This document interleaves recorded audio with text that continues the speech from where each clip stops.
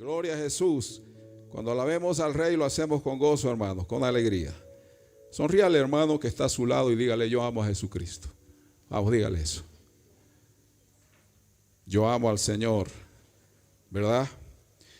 Bueno, mis hermanos, muchas gracias por estar aquí. Saludamos a todas las personas que nos siguen también. Vamos rápidamente a la Escritura. Vamos a concluir nuestra serie denominada Aviva el Fuego de este mes, hermanos, que hemos compartido con mucha bendición y alegría al Señor. Todos, por favor, al libro de Levítico. Vamos a ver algunas porciones en la Escritura, hermanos, y vamos a continuar pues estudiando este tema, y al final vamos a estar ministrando y orando al Señor por esta palabra. Capítulo número 6 del libro de Levítico.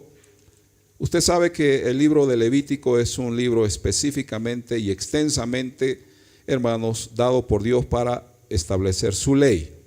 Este es el libro más importante en cuanto a las leyes ceremoniales, a las leyes de Dios para el pueblo de Israel.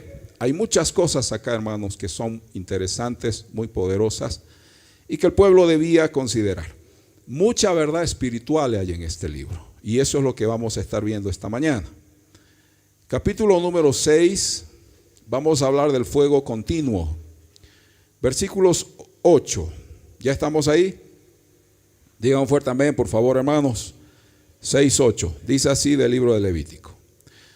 Habló aún el Señor a Moisés diciendo: manda a Aarón y a sus hijos y diles: esta es la ley del holocausto. Atención. El holocausto estará sobre el fuego encendido sobre el altar toda la noche. Hasta la mañana el fuego del altar arderá en él.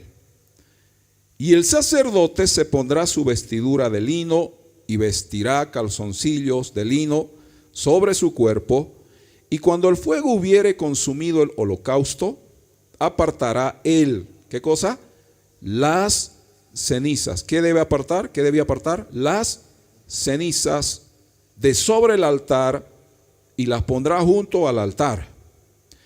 Después se quitará sus vestiduras y se pondrá otras ropas, y sacará las cenizas fuera del campamento a un lugar limpio. Y el fuego encendido sobre el altar no se apagará. Repita eso conmigo, 2, 3. Y el fuego encendido sobre el altar, fuerte, no se apagará, sino que el sacerdote pondrá en él leña cada mañana y acomodará el holocausto sobre él y quemará sobre él las grosuras de los sacrificios de paz. Y el último, leemos juntos, 2, 3. El fuego arderá continuamente en el altar, fuerte, no se apagará. Ese es el fuego continuo del cual Dios, hermanos, establece para una de las grandes enseñanzas y ceremonias de Israel. Fíjense que esta es una ley, hermano, en cuanto al sacrificio. Es decir, que Dios había establecido para Israel estos principios que debían considerarse, hermano. No debían pasarse por alto todos estos detalles, porque el fuego de Dios es algo que no se puede apagar. El fuego de Dios, el cual vino de Dios, era algo que nadie podía, hermanos, extinguir, no se debía apagar. Entonces Dios dijo: como el fuego es y debe ser continuo en el altar, también es necesario, dijo el Señor, que sobre el altar haya un sacrificio. Esté siempre un holocausto presente. ¿Qué era el holocausto, hermano? Era el sacrificio de una víctima, de un animal inocente. Dice la Escritura que Dios había establecido que el animal sea sin defecto de 1 año más o menos. Debía ser un corderito escogido de la manada, del rebaño, lo mejor para Dios. Y el pueblo aprendió que este animalito debía ser llevado, hermanos, siempre al tabernáculo y después al templo, y debía ser ofrecido como ofrenda al Señor.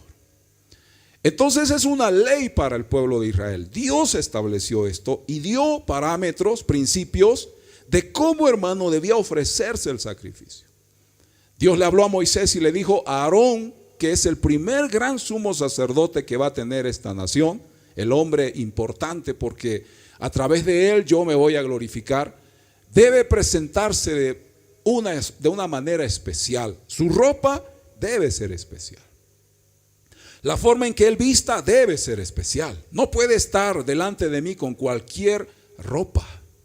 No puede presentarse delante de mí como él quiera. Deben haber pasos ceremoniales que Aarón debe cumplir, él y sus hijos, y por supuesto sus descendientes que llegaron a ser la casta sacerdotal en Israel. Dios había establecido esto, hermanos, para que la gente considere que el sacrificio no era cualquier cosa, hermano. El holocausto que se presentaba sobre ese altar no debía ser, hermanos, entregado, ofrecido y quemado para Dios de cualquier forma. El Señor quería que se considere, que haya reverencia, que haya dedicación, que haya temor, que haya, hermano, conciencia de lo que se está haciendo. Porque el holocausto o el sacrificio quemado sobre ese altar también tenía un resultado.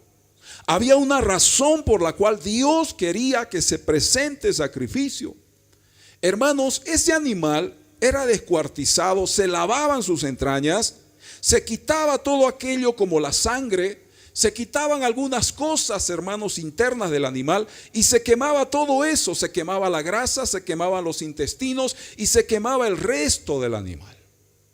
Lo interesante, hermanos, es que ese olor que desprendía este holocausto, ese sacrificio, debía subir, hermano, hasta la misma presencia del Señor. Era una forma, hermanos, de adorar al Señor, de presentarse a Dios y ofrecerle algo al Señor. Por eso, hermanos, es que en el altar, que había siempre un fuego, necesitaba también Dios que el pueblo entienda que debía existir un sacrificio. Debía ofrecerse al Señor. Y esta forma, hermano, tenía también un sentido y una explicación obvia. Ese sacrificio, ese animalito que era víctima, hermano, sacrificado para Dios, venía a cubrir el pecado de la nación. El pueblo se presentaba a Dios, obviamente pecador, lleno de defectos, pero ese sacrificio, hermano, podía cubrir el pecado, tanto de la persona que llevaba ese sacrificio, del sacerdote, como de toda la nación. Era un sacrificio necesario porque el pecado de los hombres no podía ser quitado de ninguna forma. Y fíjense que el sacrificio del animalito puesto en el altar estaba en lugar del pecador. Es decir, que el sacrificio reemplazaba al pecador. Ese holocausto, hermano, que era entregado al Señor, venía a cubrir el pecado de la persona, del sacerdote y de todo el pueblo. Había una razón por la cual Dios pedía sacrificio. Había una razón muy espiritual, muy potente, muy importante para que el sumo sacerdote ofrezca, hermanos, esta ofrenda al Señor.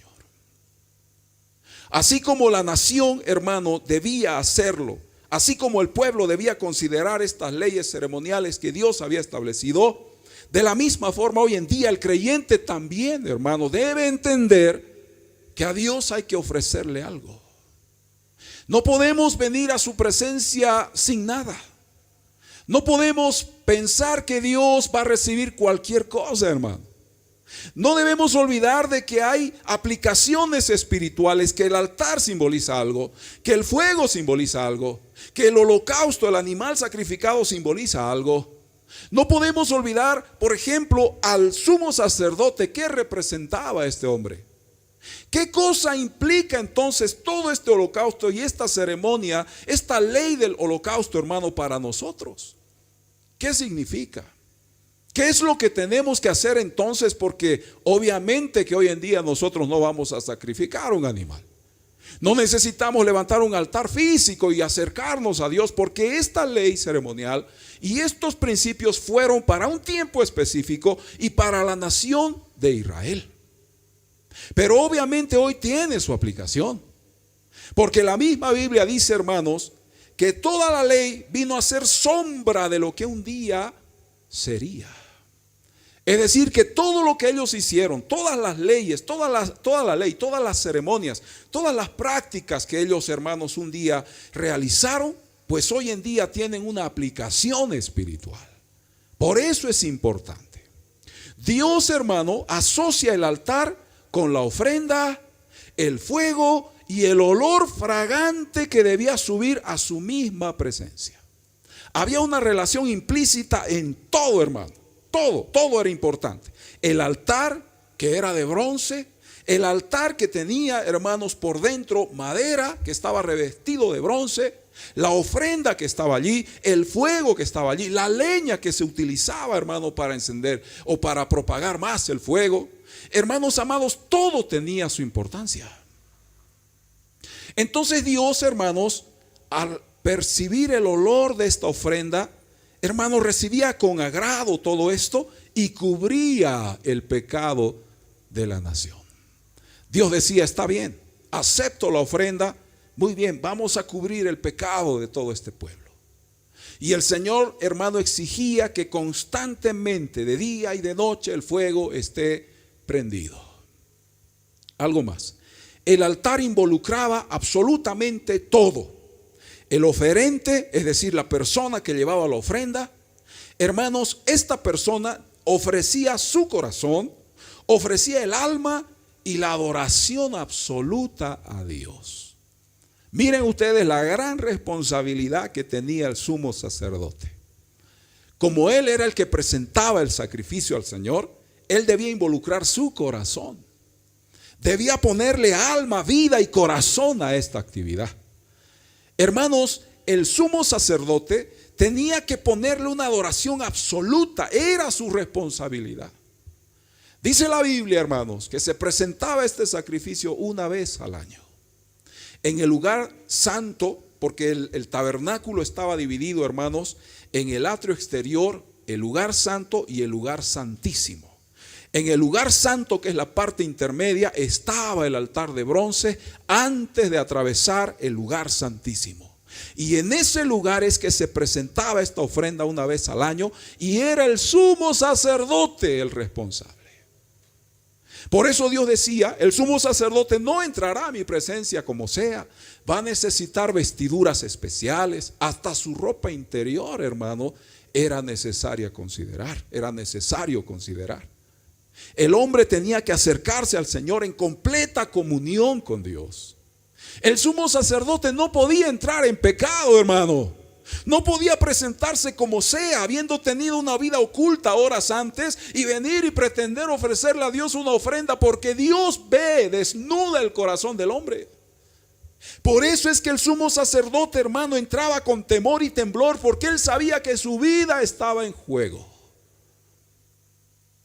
Y sabe, hermano, muchos sumos sacerdotes murieron porque su corazón no era íntegro delante de Dios, porque existía pecado en su vida, porque su relación no era íntima con Dios.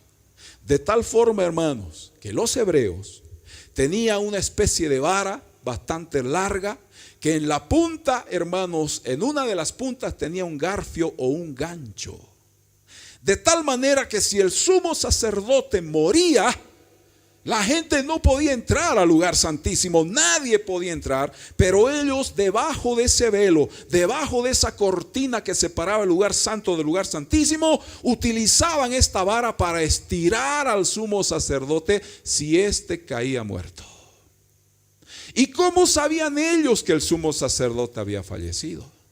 Porque el sumo sacerdote se movía dentro del lugar santísimo y en sus vestiduras, en la cintura, tenía una especie, hermanos, de soga que sostenía unas campanitas o campanillas. De tal forma que cuando él se movía, sonaban estas campanas y la gente sabía que el sumo sacerdote estaba ofreciendo el sacrificio, hermanos, ofreciendo, hermanos amados, la ofrenda a Dios. Pero si dejaban de sonar las campanitas, todos sabían que el hombre había expirado. Y procedían a estirar con esta vara y sacar a ese hombre que había muerto.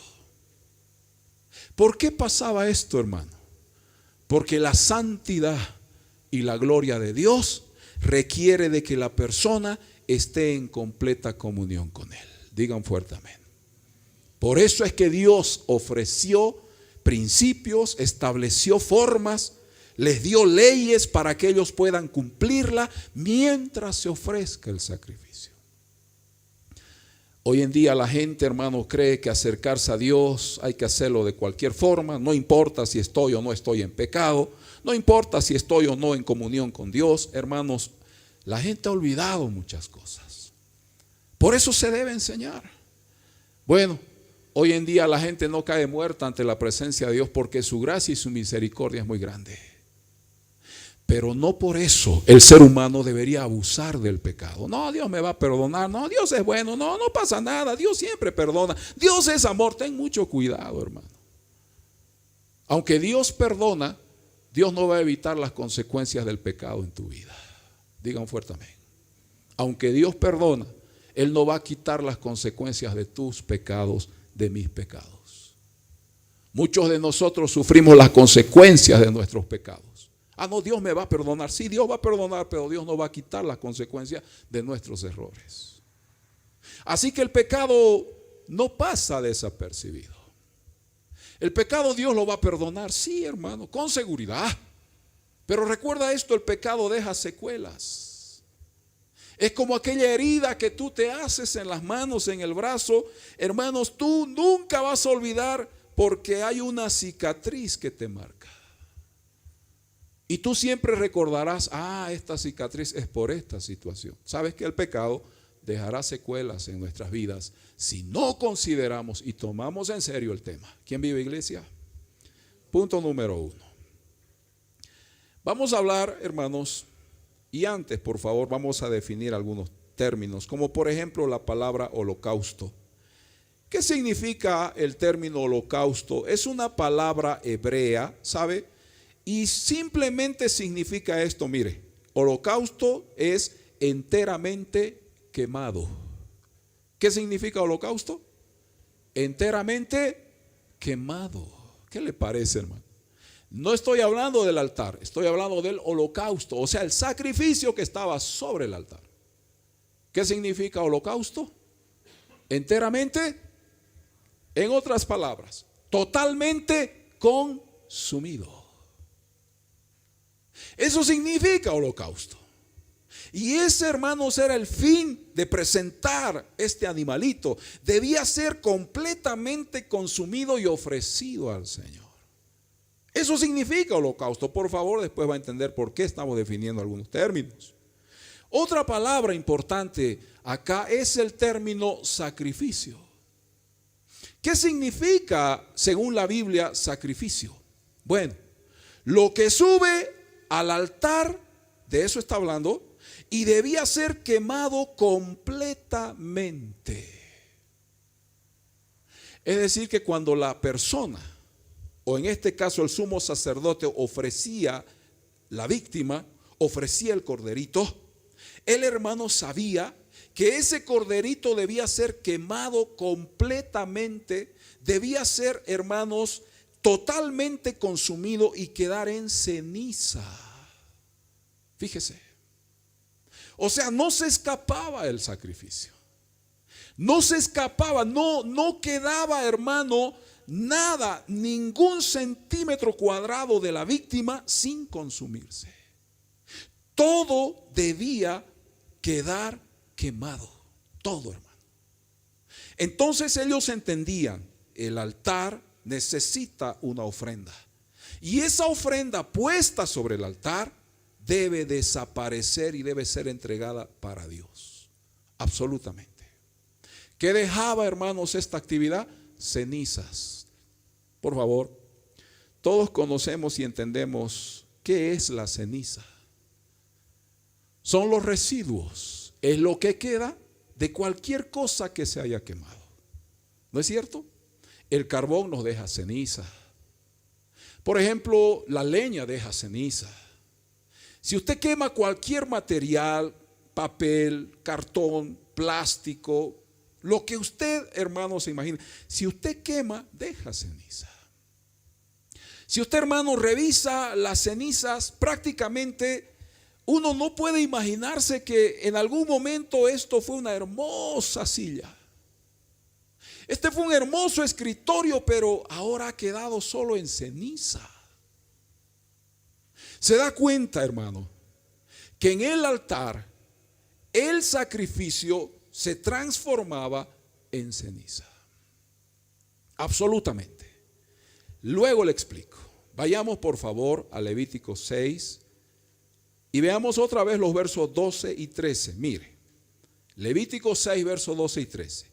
Y el fuego encendido sobre el altar, fuerte hermanos, no se apagará.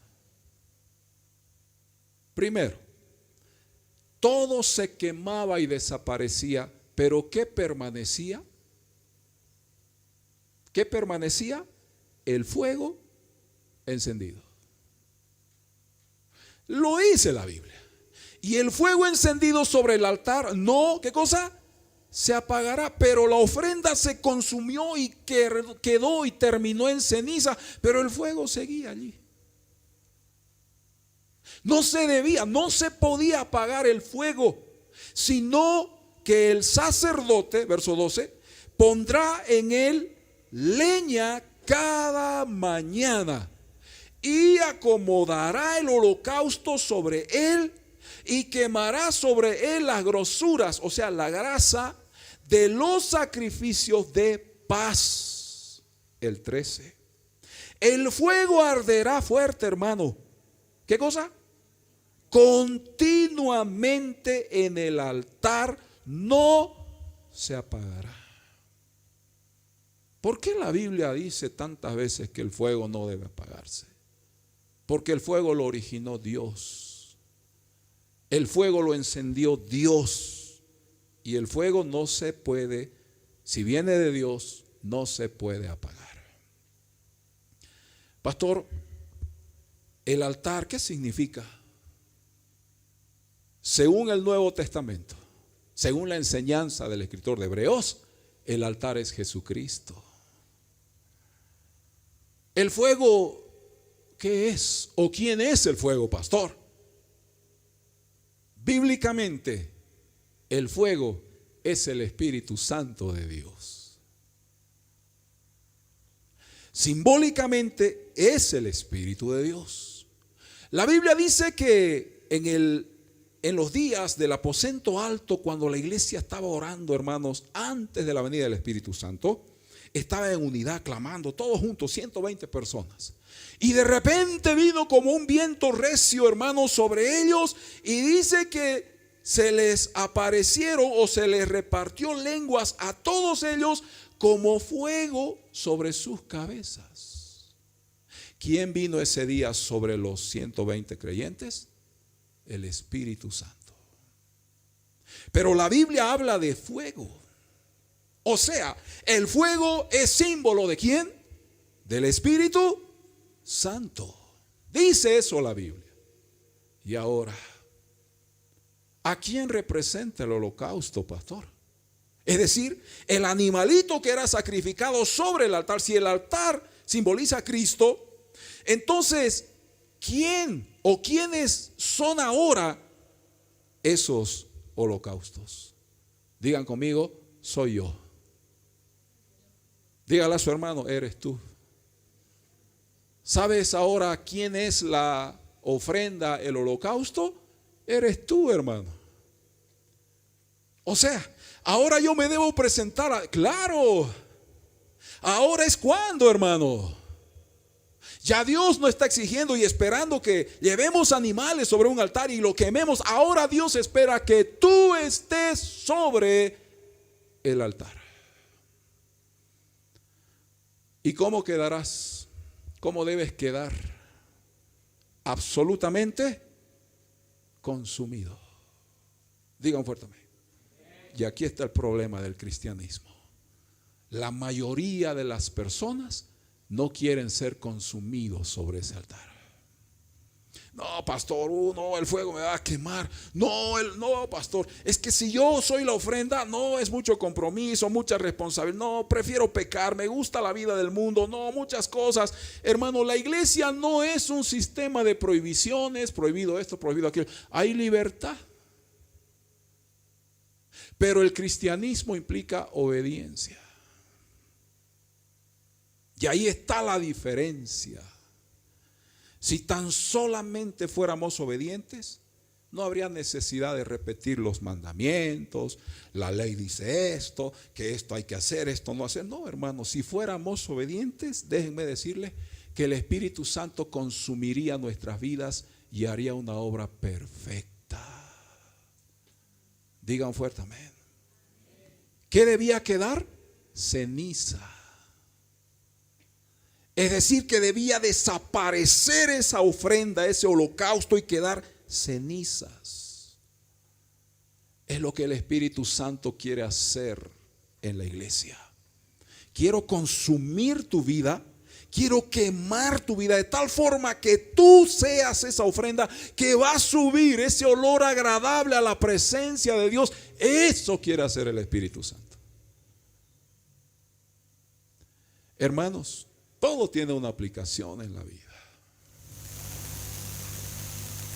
Y el altar implica morir.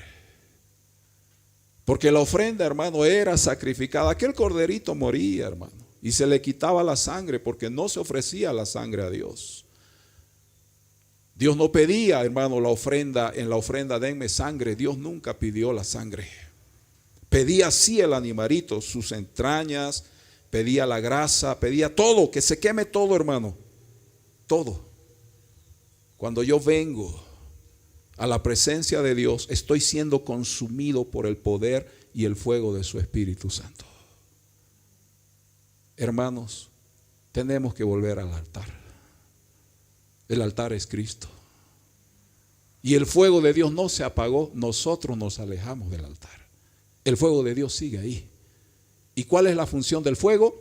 Consumir. Diga conmigo fuerte, consumir. Diga otra vez, yo soy la ofrenda. El origen del fuego fue Dios. Por eso nunca debe extinguirse, o sea, no se debe apagar. Y la Biblia dice que arderá por siempre, hermano. El fuego de Dios por siempre arderá. Vamos a Levítico 9. Todos por favor con su Biblia abierta. Capítulo 9, verso 22. Levítico 9, 22. Después alzó Aarón sus manos hacia el pueblo y lo bendijo. Y después de hacer la expiación, es decir, de presentar el sacrificio, la ofrenda, el holocausto y el sacrificio de paz descendió. Y entraron Moisés y Aarón en el tabernáculo de reunión, o sea, la tienda movible del desierto. Entraron, dice, en el tabernáculo de reunión y salieron y bendijeron al pueblo. Y conmigo lea 2:3. Y la gloria del Señor se apareció ¿a quién? A todo el pueblo. Dice después, no dice antes. No dice ya antes que Aarón y Moisés presenten el sacrificio, la ofrenda, Dios apareció. No, dice después de que presentaron el holocausto, quemaron el animal, después de que se consumió y quedó cenizas, ¿qué pasó, hermano? La gloria del Señor, ¿qué? Apareció al pueblo. Si tú no dejas que el fuego de Dios te consuma por completo, tú no puedes ver la gloria de Dios. No es, Señor, bendíceme, dame más, prospérame, Señor, haz un milagro en mí, pero ¿y qué de ti? No, el Señor es bueno, que me sane, que el Señor me bendiga, pero ¿y por qué no vas sobre el altar? Porque dice que después que fue consumido el holocausto, después que se presentó la ofrenda, recién la gloria del Señor apareció. Hermano, si tú no mueres en el altar, es difícil poder ver la gloria de Dios. Hay mucha gente que no se sana, no es prosperada porque no pasan por el altar de Dios. Se quedaron con la salvación, Dios es amor, Dios es bueno, Dios me ha perdonado, Dios me lavó de mis pecados, pero no quieren ir más allá. Acá la idea era que se consuma absolutamente todo el sacrificio. ¿Por qué nos cuesta morir? Porque no queremos ser consumidos, hermanos, después de que el holocausto fue presentado, la gloria del Señor descendió, ¿sabes? Después de que nosotros decidamos ser la ofrenda y ser consumidos por Él, vamos a ver muchas cosas en nuestras vidas. Vamos a ver milagros, sanidades, bendiciones, prosperidad. Claro, debe haber eso. Pero primero es el altar, hermano. Yo no puedo pasar por alto este detalle y pensar, no es importante morir a mi carne, no es importante rendirme al Señor, no es importante morir a mi yo. No, es importante, hermano. Por supuesto que es. Por eso es que hoy en día nosotros somos la ofrenda. Y si tú quieres ver la gloria de Dios, considera el altar. ¿Cómo debo quedar yo? En ceniza. El Señor y el fuego de Dios, que es su Espíritu Santo, debe consumirme. ¿Para qué? Para que la gloria de Dios se manifieste en mí. Digan fuerte amén a eso. Es que estas cosas la gente no considera. Pensamos que el cristianismo es venir cada domingo. Alguna vez iré. En el aniversario me apareceré. Qué lindo. Alguna vez oraré. Alguna vez ayunaré. Alguna vez leeré la Biblia. Pensamos que eso es cristianismo. El cristianismo implica altar. Y en el altar siempre hay fuego. Y si paso por el fuego, me voy a quemar. Pero Dios necesitaba que se queme la ofrenda. ¿Para qué? Para que Él pueda luego descender y para que después el pecado de la nación sea cubierto. Sin sacrificio no hay gloria. Dígale al hermano. Sin sacrificio no hay gloria. Sin holocausto no hay gloria. No es que antes Dios se manifestó al pueblo, no. Primero fue la ofrenda y el sacrificio y recién la gloria de Dios descendió. Vamos a Segunda Crónicas. Le ayuda a encontrar. Segunda Crónicas está después de Primera Crónicas.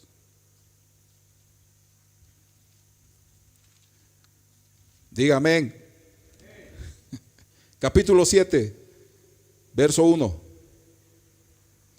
Miren, hermanos, por favor, preste atención. ¿Cuántos bereanos hay aquí? ¿Quiénes eran los bereanos? Los que no recibían cualquier cosa. Ellos estudiaban la Biblia. A ver, vamos a ver si está diciendo la verdad el pastor. Así debemos ser. La Biblia dice, claro, así debe ser. No es que me parece, me contaron, tuve un sueño, una revelación, hermano, del holocausto. Aquí todo es Biblia, hermano. Digan fuertemente. Esa virtud tenían los bereanos, que revisaban las prédicas. No es que así nomás cualquier cosa recibían. El cuento de Chespirito, el cuento de Caperucita Roja, bienvenido. Dice que dice, no, hay que leer. Vamos. Segunda Crónica 7:1. Cuando Salomón acabó de orar, ¿qué descendió? Fuego de los cielos y consumió, ¿qué cosa? El holocausto y las víctimas. Ojo. Y la gloria de Jehová, ¿qué cosa? Llenó la casa. Verso 2. Y no podían entrar los sacerdotes en la casa del Señor, porque la gloria de Jehová había llenado la casa de Jehová. El último verso 3. Cuando vieron todos los hijos de Israel descender el fuego y la gloria de Jehová sobre la casa, se postraron sobre sus rostros en el pavimento. ¿Y qué hicieron? Y adoraron y alabaron al Señor diciendo, porque Él es bueno y su misericordia, fuerte, es para siempre.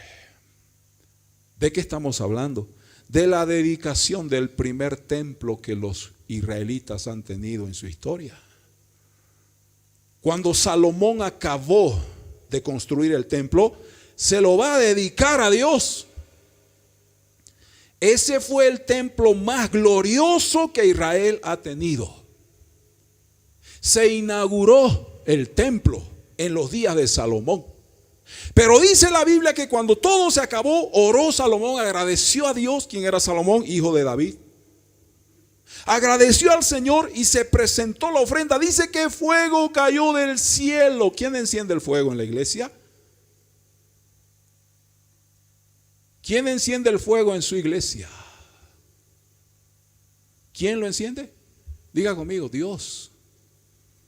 No, el pastor, el apóstol, él enciende el fuego. Hermano, la Biblia dice que es Dios. Digan fuerte amén. No nos robemos la gloria, hermano. No, que los profetas son los que encienden el fuego en la iglesia en este tiempo, hermano. No se roben la gloria le pertenece solo a Dios.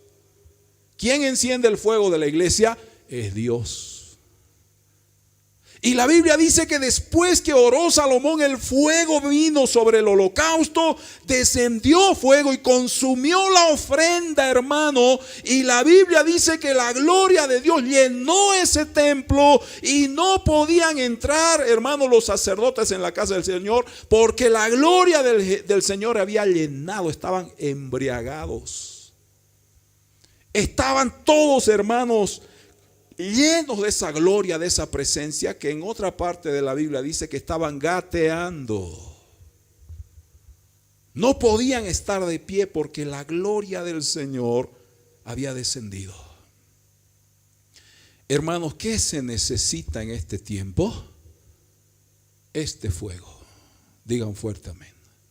Si no hay holocausto sobre el altar, no se puede ver la gloria. Por eso es que en estos días la gente está viviendo de una hermosa religión y tradición, mas no experimentan este fuego. Este fuego es único. ¿Qué es este fuego? ¿Quién es este fuego? Es el Espíritu Santo de Dios. ¿Qué le falta al cristianismo? Este fuego. Mientras no pasemos por el altar, hermano, hay hermanos que sirven bien, que hacen muchas cosas, mas no tienen vida espiritual. Por eso la vida cristiana a veces se vuelve aburrida. Qué aburrido es ir al culto, qué aburrido es ir a orar. Qué aburrido otra vez. Claro, es que no tienen fuego. Hasta por ahí nomás estamos. El fuego es lo que hace, hermano, que se consuma el sacrificio, el holocausto, y después la gloria desciende. Hermanos, y nada, atención, nada se compara a la gloria del Señor. Nada. Nada se compara a la presencia de Dios. Digan fuerte amén, hermano. Cuando la gloria de Dios está en el pueblo, hermano, nada supera. Chao la depresión, chao la enfermedad, chao la tristeza, chao el aburrimiento, chao la tradición. Todo se va porque la gloria de Dios es única y maravillosa. Por eso hay que encender, hermano. Pero la gente se aleja del altar. Hermanos, vamos a encender ofrenda. Ay, no, pastor, no cuente conmigo, nos vemos. A mí solo me gusta jugar, saltar, brincar, comer. No me gusta ser consumido. Dígale a su hermano, por favor, volvé al altar. Volvé al altar.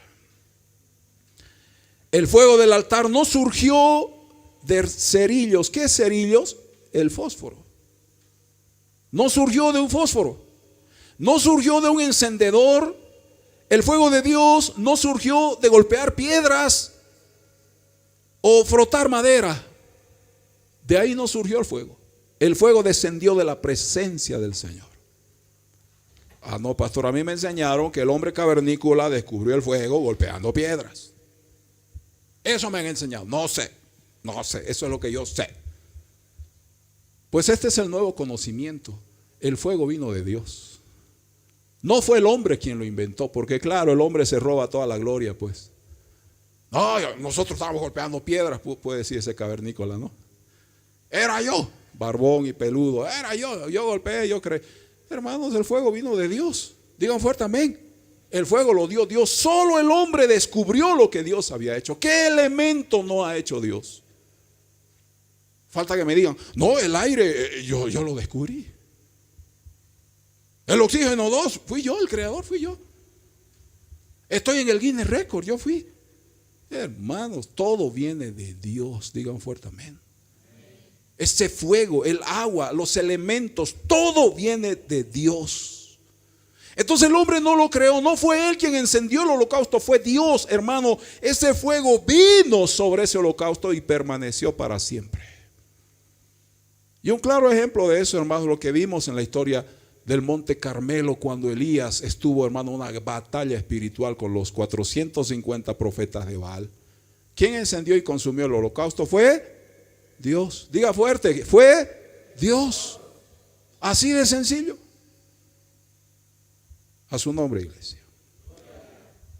Fue dado de manera sobrenatural. Estamos hablando del fuego. Surgió de la nube, porque Dios fue el que encendió. Dios fue el que, hermanos, proveyó para que ese sacrificio ardiera, y a partir de ahí su gloria descendió.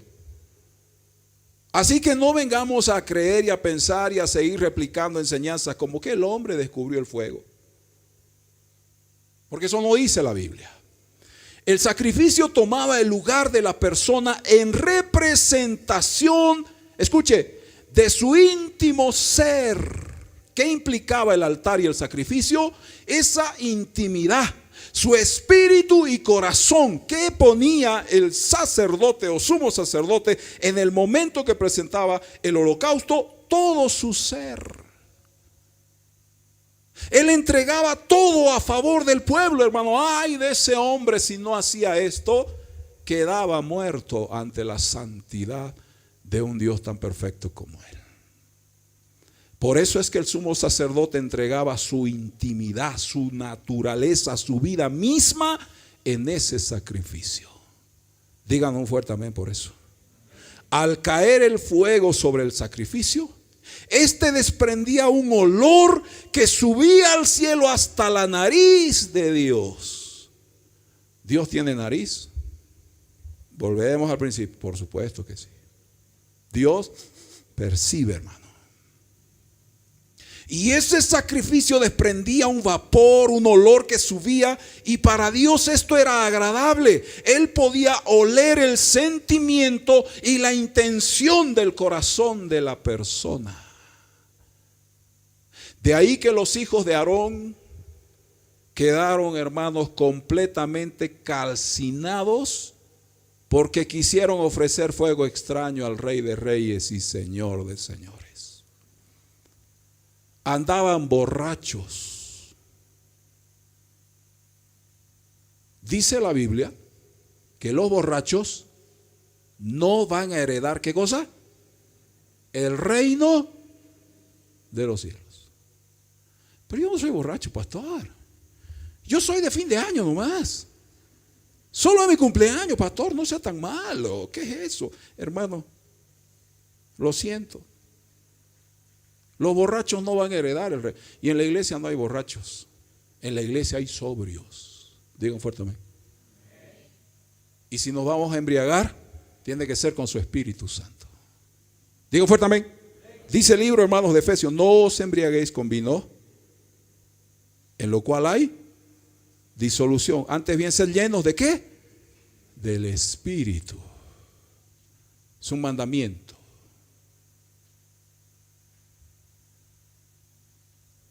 Esto, hermano, es poderoso. ¿Qué involucraba el sacrificio? Tiene que quedar claro esto. ¿Qué involucraba todo eso? El sacerdote, el altar, el fuego, la ofrenda, la leña, ceniza. ¿Qué involucraba? ¿Sabe qué involucraba? Adoración, oración, confianza, fe y gratitud con reverencia al que está vivo. O sea, todo pues, hermano. Por eso el sumo sacerdote fue escogido por Dios con esta finalidad. No hagas otra cosa que no sea ofrecerme a mí un sacrificio, un holocausto perfecto, agradable. No hagas otra cosa, Aarón. No quiero que te metas en temas políticos, en temas militares. No quiero que andes allá en consejo de malos. No quiero que estés en fiestas. No quiero que estés en asuntos del pueblo, en chisme. No, tu función, Aarón, es ofrecerme a mi sacrificio. Por eso desde tus calzoncillos son especiales. Cuando Dios nos llamó para estar sobre el altar. No quiero otra cosa, Dios. Hermanos, les digo la verdad, Dios no necesita otra cosa que no sea nuestra vida. No quiere otra cosa, no le interesa otra cosa. Dice que el que se enreda en los negocios de Dios no debe involucrarse en otra cosa que no sea su Señor. Timoteo, no andes metido en fábulas, en historias de los griegos, en tradiciones, no andes en cuestiones de viejas, no andes en esas cosas. Dedícate solo a mí, viví para mí. Y Pedro, hermano, con mucha sabiduría también dice un día, cuando estaban allá las esposas de los griegos, hermano, murmurando, que nos descuidan, que no nos dan nuestra comida a su hora, que no nos ayudan, que estos cristianos son unos falsos, que no nos dan nuestra porción. Pedro dijo, escojan a 7 varones. La iglesia, a través del Espíritu Santo, decidió, escojan a 7 diáconos que se hagan cargo de esas cosas, pero nosotros, dijo Pedro, nos vamos a dedicar a 2 cosas. Una, a la oración y a la predicación del evangelio. Nada más. Esa será nuestra dedicación día y noche. ¿Será que eso ha cambiado hoy? Hermano, no ha cambiado. Podemos hacer muchas cosas, pero nada es más importante que el altar. Podemos hacer miles de cosas, hermano. Todo me es lícito, todo me es permitido, más no todo me dominará. Hay cosas que puedo y hay cosas que no debo hacer. Yo debo saber discernir qué cosas me hacen bien y qué cosas me apartan del altar, hermano. ¿Por qué el pueblo de Dios es débil en este tiempo? Porque no sabe discernir entre el bien y el mal. No sabe discernir entre su mano derecha y su mano izquierda. Y cualquier cosa hace. Tienes que saber que el altar implica un sacrificio. Yo debo esforzarme, debo entregar todo. Así como el sumo sacerdote ponía su vida, corazón, su ser interior, de la misma forma hoy en día el corazón le pertenece a Dios. Digan fuertemente. Dígale al hermano, mi corazón es de Dios. Quédate con el churiqui vos.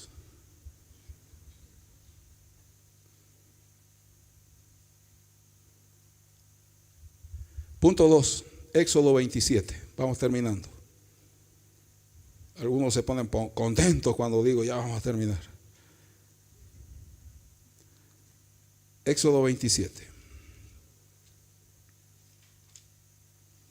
Versículo 1, hermano. Hablemos del altar de bronce. Éxodo 27. Harás también un altar de madera ¿de qué era ese altar? De acacia, de 5 codos de longitud y de 5 codos de anchura. Será cuadrado el altar. Y su altura de 3 codos. Y le harás cuernos en sus 4 esquinas. Los cuernos serán parte del mismo y lo cubrirás de bronce. Harás también sus calderos para recoger la ceniza, y sus paletas, sus tazones, sus garfios y sus braseros. Harás todos sus utensilios ¿de qué? De bronce. Y le harás un enrejado de bronce, o sea, una reja, de obra de rejilla. Y sobre la rejilla harás 4 anillos de bronce a sus 4 esquinas. Y la pondrás dentro del cerco del altar abajo, y llegará la rejilla hasta la mitad del altar. Harás también varas para el altar, varas de madera, de acacia, las cuales cubrirás de bronce. Y las varas se meterán por los anillos, y estarán aquellas varas a ambos lados del altar cuando sea llevado. Lo harás hueco de tablas de la manera que te fue mostrado en el monte. Así, ¿qué cosa? Lo harás. El altar fue hecho de madera de acacia, revestido de bronce. Era hueco, 7.5 de altura, o sea 75 centímetros, por 4.5, o sea 45 centímetros de ancho. Y Dios dijo, pondrás unas argollas. Pondrás unas argollas en las 4 esquinas y harás dijo el Señor, unos listones, harás unas maderas, porque el altar de bronce, mi hermano, no debía ser tocado con las manos. Si lo iban a mover, porque hay que barrer el lugar, hay que limpiar, entonces usen las varas que tienen, no toquen el altar de bronce. exageran, ¿no? Qué fregados estos. ¿Por qué Dios pedía? Hermano, es que todo tiene un simbolismo. Todo es un tipo de. No se podía tocar, hermano, con manos sucias como sea. A ver, mueve este mueble, voy a barrer. Hermano, tengo que trapear, házmelo a un lado. Hermano, no se podía tocar. Y obviamente que esa madera que Dios dijo que se utilice viene del hebreo shittim. Y sabe, hermano, dice que esa madera era la madera más dura, la más cara y la menos, hermanos, o para que usted me entienda mejor, no se destruye la acacia. O sea que las termitas gastaron sus dientes, murieron en el intento, mas no podían comer esa madera. La madera acacia era tan dura, tan fina, tan especial que Dios dijo: de todas las maderas que yo he creado, me escogen acacia porque es la mejor de todas. ¿Qué representa el altar? Representa a Jesucristo.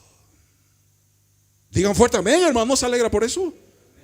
El altar es único y especial. Jesucristo nunca será comparado con alguien. Y es tan maravilloso esto, hermano. Dice que esa acacia, esa madera, era conocida como una madera incorruptible. Y fue Dios quien la escogió. Por eso el altar es Jesucristo, mi hermano. De ahí que los eruditos coinciden al decir que la acacia es un tipo de Cristo. El altar representa al Hijo de Dios. Por eso el altar fue hecho con tanto cuidado. Cada elemento en el templo, hermano, fue una perfección de Dios con un simbolismo espiritual poderoso. Algo producía el altar que debía desecharse. ¿Qué se desechaba? Las cenizas que quedaban de esa leña. Ahora, si usted y yo somos la ofrenda, somos el holocausto, vamos a quedar ¿cómo? En ceniza. Y la ceniza, según el libro de Levítico, debía ser sacada con las paletas, ¿no? Porque habían utensilios, no era así, no va con la mano, con escoba, como sea, ¿no? Había, hermano, una forma. Y esas cenizas eran sacadas fuera del pueblo, eran llevadas a un lugar lejano y ahí se botaban sobre la tierra. ¿Sabes cuándo el creyente cambia? ¿Sabes cuándo cambia nuestra vida? Cuando quedamos en ceniza. Cuando somos consumidos por el fuego de Dios, es que las cosas cambian. Mientras tanto, puedo ser un gran religioso, nada diferente a otros que andan por el mundo, pero si yo soy consumido por el fuego de Dios, voy a terminar en ceniza y recién mi vida cambia. Por eso el cristiano muere cada día a su vida. Por eso es que algunos ni levantar las manos pueden porque les da vergüenza. No, yo no levanto, yo no tengo la costumbre. No, a mí no me gusta. No, yo no siento levantar las manos, hermano. Cuando estamos en la presencia de Dios, nada se puede resistir. Digan fuerte amén. Por eso es que muchas veces hasta nos cuesta decir amén. Nos cuesta decir aleluya, gloria a Dios. ¿Por qué? Porque nosotros seguimos siendo el sacrificio sin ser consumidos.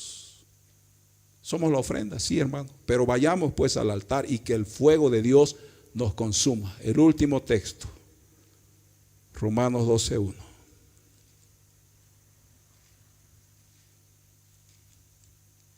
Romanos 12:1. Así que, hermanos, os ruego por las misericordias de Dios que presentéis vuestros cuerpos en sacrificio. ¿Qué cosa? Vivo, santo y agradable a Dios, que es vuestro culto racional. ¿Qué está diciendo Pablo? Preséntense a Dios enteramente, todo tu ser, todo lo que tú eres, preséntate delante de Dios. Tu culto racional, que es tu mente y voluntad, entrega todo al Señor. No dejes nada, que no se escape nada. Pon todo sobre el altar, porque Dios te va a consumir, Dios te va a cambiar, Dios te va a sanar, Dios te va a transformar, Dios te va a bendecir, Dios te va a prosperar, porque en el altar todo se puede hacer. El altar es Jesucristo. Preséntate. No quiero el altar. No, es que quema, consume. No me gusta.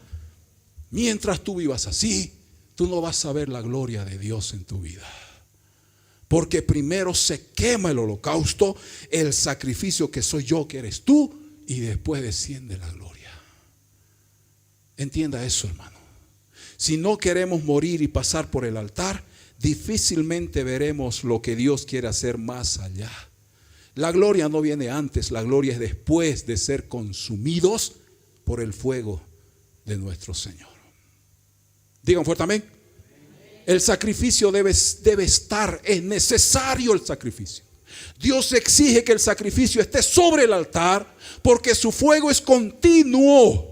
Entonces, conservar encendido el altar representa nuestra vida rendida, unida a la oración continua. Por eso no podemos dejar de orar.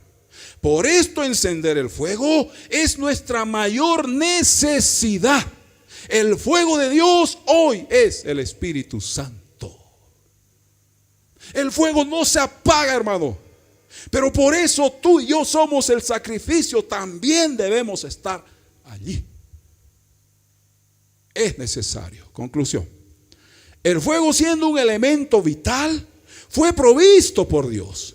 El hombre debe ofrecer la ofrenda. El altar es figura o tipo de Cristo, pero el holocausto hoy representa a cada creyente, y el fuego es el mismo Espíritu Santo quien consumirá nuestras vidas, eliminando todo lo que nos sirve. ¿Sabe qué, pastor? No me gusta como soy, no me gusta mi carácter, no me gusta mi manera de pensar, mi manera de hablar, mi manera de ser. Entonces ve al altar. Quiero cambiar, pastor, ve al altar. Quiero ser una persona de fe, de oración, pastor, ve al altar. Pastor, quiero que Dios me bendiga, me prospere, ve al altar. Quiero que Dios me levante, que Dios me use, hermano, ve al altar. Pastor, quiero ser un instrumento en las manos de Dios, ve al altar, porque no hay otra forma. Si no somos consumidos por el fuego de Dios, nada está pasando en nuestras vidas. Por eso el pecar es normal, habitual. No pasa nada si peco o no peco. Lo mismo, sigo igual cada día, cada mes, cada año. ¿Por qué? Porque no estoy en el altar. Y por eso es que el pecado puede ser algo tan natural en mí que no diferencio entre bien y el mal. Y es importante, iglesia, que recordemos que si no nos vamos y nos metemos de cabeza a ese altar que es Jesucristo, la vida no va a cambiar. Ahí está la diferencia de la religión y el verdadero cristianismo. Ya no vivo yo, dijo Pablo, mas Cristo vive en mí. Y lo que ahora vivo en mi humanidad, lo vivo en la fe del Hijo de Dios. Ya no vivo yo. No huyas del altar, ve más bien al altar.